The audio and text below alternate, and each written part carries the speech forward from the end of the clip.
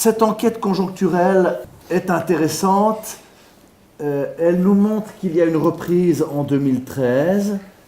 Un grand nombre d'entreprises assez importants nous parlent d'une augmentation tant du volume que de la rentabilité. Mais il ne faudrait pas croire que nous sommes revenus à la période, je dirais, avant août 2008. Hein.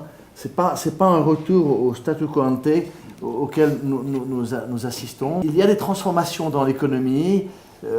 C'est vrai que nous avons la chance dans cette région de Genève d'avoir des branches porteuses sur le plan économique, mais elles sont confrontées à des pressions, à des freins. Un des plus marquants, c'est bien sûr tous les aspects réglementaires liés au monde bancaire.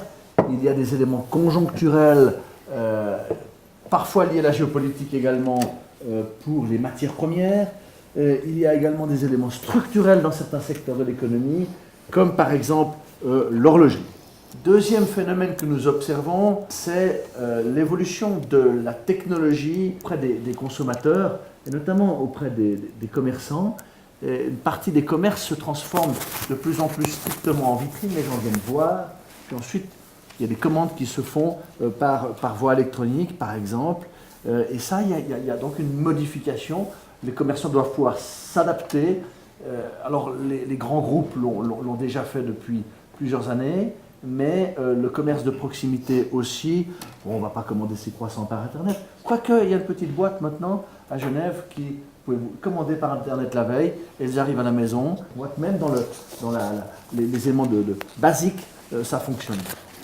Il y a également un phénomène de concentration que nous observons dans certains secteurs de l'économie, afin de mieux répondre aux besoins des clients, qu'il s'agisse des clients dans une relation commerciale B2C, mais également dans la relation B2B du business. Des spécialisations dans deux secteurs importants, notamment dans l'éducation et aussi dans la santé. Nous aurons l'occasion tout à l'heure de porter un regard plus spécifique sur la santé.